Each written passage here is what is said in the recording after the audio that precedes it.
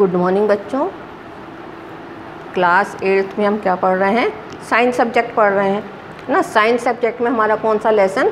घर्षण लेसन हमारा स्टार्ट हो चुका था, है ना। तो घर्षण लेसन में हमने इसके पहले क्या पढ़ा कि घर्षण क्या है ना। घर्षण क्या है? तो घर्षण दो सतहों के बीच में लगने वाला जो बल रहता है वो क्या कहलाता है?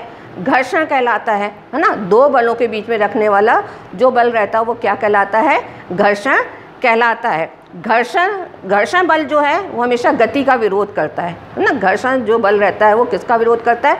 गति का विरोध करता है। जब घर्षण किसी भी वस्तु पर बल लगाया जाता है तो घर्षण उसके विपरीत कार्य करता है। इसके बाद हमने क्या पढ़ा था कि घर्षण के प्रकार पढ़े थे ना। घर्षण कितने प्रकार के होते हैं? तो हमने एक स्थितिक बल पढ़ा था और घर्षण पढ़ा था, और दूसरा सर्पी घर्षण बल पढ़ा था। तो क्या था? स्थितिक घर्षण बल क्या है? जब किसी वस्तु पर बल लगाया जाता है तो वस्तु गति नहीं करती है, वो अपनी जगह में स्थिर रहती है ना। उसमें बल लगाया जाता है तो वो वस्तु गति नहीं करती, अपने जगह पर स्थिर रहती है। जैसे बॉक्स वाला उदाहरण मैंने बताया था, तो वो क्या कहलाता है? स्थितिक घर्षण बल कहलाता है। दूसरा सर्पी घर्षण बल, जब कोई वस्तु गति करती है, यदि हम उसमें अधिक बल लगाते हैं तो क्या होता है? उसमें गति होती है, और गति करती हुई वस्तु को और मतलब बल लगाया जाए तो वो क्या करती है? आगे गति करती जाती है। उसमें क्या है? यदि गति करती हुई वस्तु पर हम बल लगाते हैं तो उसमें हमें क्या करना पड़ता है? बल कम लगाना पड़ता है। तो ये क्या कहलाता है?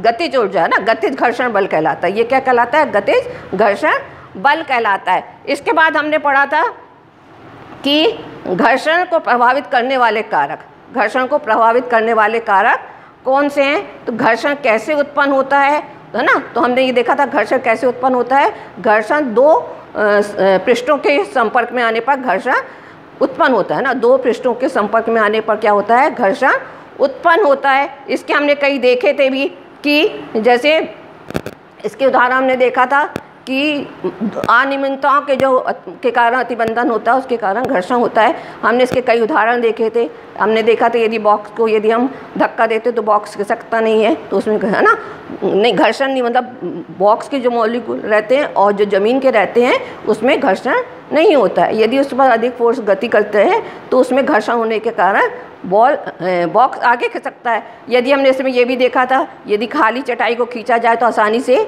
चटाई खिंच जाती है, और जब चटाई पर कोई व्यक्ति बैठा होता है और तो उसको खींचने में क्या होता है? बहुत ज़्यादा परेशानी होती है। तो क्या होता है? जो चटाई और मनुष्य है उसके और पृथ्वी के ज़मीन के ऊपर बैठा है उसमें क्या होता है? घर्षण नहीं होता, उसमें घर्षण नहीं होता, जिसके घर्षण कम होने के कारण वो चटाई क्या आगे खिसकती नहीं है। मतलब बल अधिक लगाना पड़ता है जब वो चटाई आगे खिसकेगी। इसके बाद हम आज क्या पढ़ रहे हैं कि घर्षण की आवश्यकता, घर्षण की आवश्यकता और घर्षण हानिकारक परंतु अनिवार्य है। घर्षण हानिकारक परंतु अनिवार्य है। तो हम क्या पढ़ेंगे आज? पहले घर्षण की आवश्यकता, है ना। घर्षण की आवश्यकता, तो घर्षण के बिना बहुत से कार्य हमारे नहीं हो पाते। हमने देखा कि घर्षण के कारण हम चल नहीं पाएंगे, है ना।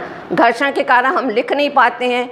घर्षण के कारण बहुत सारे कार्य हमारे होते हैं। तो घर्षण की आवश्यकता क्या होती है कि यदि घर्षण ना हो तो इसके पहले वाला उदाहरण हमने देखा था कि यदि हम कांच के गिलास को, चिकने गिलास को पकड़ते हैं तो क्या हम उसको आसानी से पकड़ लेते हैं। यदि उस गिलास पर हम तेल की परत चढ़ा देते हैं तो क्या होता है? उस गिलास को हम आसानी से पकड़ नहीं सकते। क्यों? क्योंकि उसमें घर्षण क्या होता है? बहुत न्यूनतम होता है। घर्षण क्या होता है? बहुत न्यूनतम होता है, जिसके कारण हम उस गिलास को पकड़ नहीं पाते हैं। इसके बाद हमने देखा था कि यदि हम गीले फर्श पर, है ना, यदि मार्बल के फर्श पर पानी गिरा है, यदि मार्बल के फर्श पर पानी गिरा है तो उसमें आप आसानी से चल नहीं पाओगे, है ना। आसानी से चल नहीं पाओगे। या मार्बल के फर्श पर साबुन का पानी गिर गया है तो क्या होगा? आप चल नहीं पाओगे और क्या होगा? फिसल जाओगे, है ना। तो क्या होता है? जो उस चिकनापन जो होता है उसमें क्या होता है? घर्षण बल बहुत कम होता है। घर्षण कम होने के कारण हमारी पकड़ नहीं हो पाती और हम ठीक से चल नहीं पाते हैं। तो घर्षण के बगैर हमारे बहुत से कार्य नहीं हो सकते। घर्षण के बिना हम लिख नहीं सकते। यदि आप क्या करते हो? पेन से लिखते हो, ठीक है ना। तो पेन से लिखते हो तो आप क्या करते हो? पेन को पकड़ते हो, है ना। तो क्या होता है? पेन की सतह और हमारे हाथ के जो जिससे पकड़ते हैं उन दोनों के बीच में घर्षण के कारण ही हम उसको पकड़ सकते हैं और पकड़ अधिक अच्छी रहती है, जिसके कारण हम क्या करते हैं उसको लिख पाते हैं। आज हम ये पढ़ रहे हैं कि घर्षण हानिकारक परंतु अनिवार्य, है ना।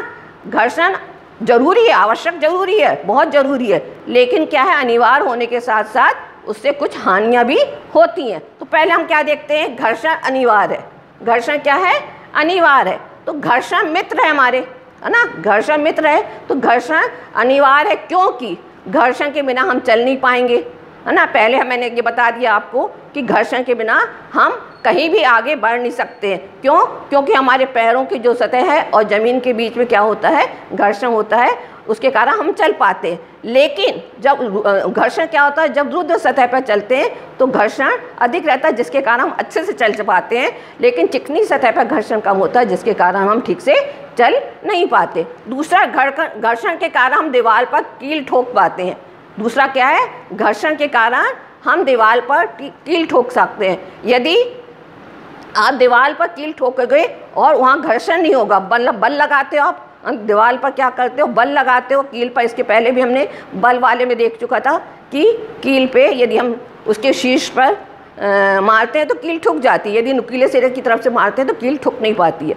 तो क्या होता है, जब बल लगाते हैं तो कील क्या होता है, दीवार में ठुक जाती है। तो उसके बीच में मतलब जो कील और बल के जो दीवार पर होता है, जहाँ कील ठोकी जाती है उसमें घर्षण उत्पन्न होता है। तो घर्षण के कारण हम दीवार पर कील ठोक पाते हैं। तीसरा, घर्षण के कारण हम वाहनों पर ब्रेक लगाकर उन्हें रोक पाते हैं। घर्षण के कारण हम दीवारों पर वाहनों पर ब्रेक लगाकर रोक सकते हैं।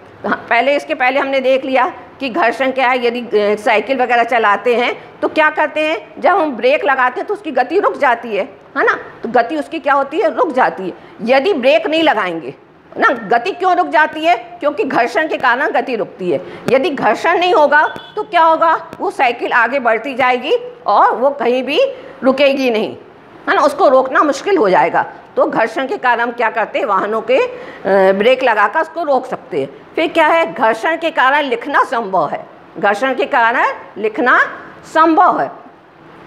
घर्षण के कारण लिखना कैसे, जैसे पेन के द्वारा आप लिख रहे हो तो घर्षण, यदि देखते हो मैंने यहाँ आपके क्या करा, बोर्ड पर ना, ये बोर्ड है, श्याम पत्र है, इस पर मैंने चाक के द्वारा लिखा, है ना।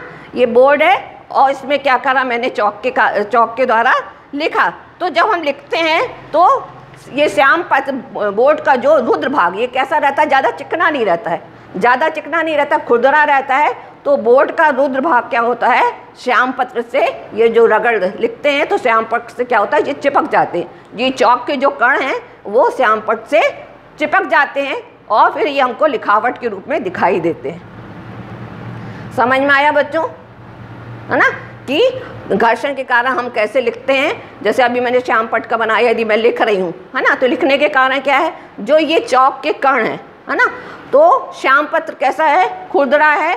यदि इस पर मैं लिख रही हूँ तो क्या होगा, इसके कुछ कण श्याम पत्र पर चिपक जाएंगे, है ना, कण जो है उस पर चिपक जाते हैं और वो हमको कैसे दिखाई, लिखावट के रूप में दिखाई देते हैं। तो ये किसके कारण होता है, ये घर्षण के कारण होता है ना। फिर माचिस की तीली घर्षण के कारण आग उत्पन्न करती है ना। जब आप पहले ज़माने में आपने देखा होगा कि लोग क्या करते थे, जो बहुत पहले ज़माने में जब माचिस नहीं होती थी तो लोग क्या करते थे, दो पत्थरों को रख करके आग उत्पन्न करते थे। दो पत्थरों पर आपस में मतलब रगड़ते थे तो उससे क्या होती थी, आग उत्पन्न होती थी, है ना। तो क्या है, किसके कारण आग उत्पन्न होती थी, रगड़ने के कारण क्या होता था, उसमें घर्षण उत्पन्न होता था और घर्षण के कारण ही आग उत्पन्न होती है। अब क्या है, अब माचिस की तीली आ गई है तो माचिस की तीली के पर जो मसाला रहता है उसके ऊपर माचिस की तीली को आप करते तो उन दोनों में रगड़ के कारण क्या होता है, घर्षण उत्पन्न होता है और घर्षण के कारण ही आग उत्पन्न होती है। तो माचिस की तीली घर्षण के कारण ही आग उत्पन्न करती है। तो ये क्या हो गया, आपने देख लिया कि घर्षण क्या है, अनिवार्य है ना। घर्षण क्या है, अनिवार्य है। अब हम देखते हैं कि अनिवार्य है और मित्र भी हमारे। अब हम देखेंगे कि घर्षण हानिकारक कैसे हैं, घर्षण हानिकारक कैसे, इसके आगे का हम देखते हैं।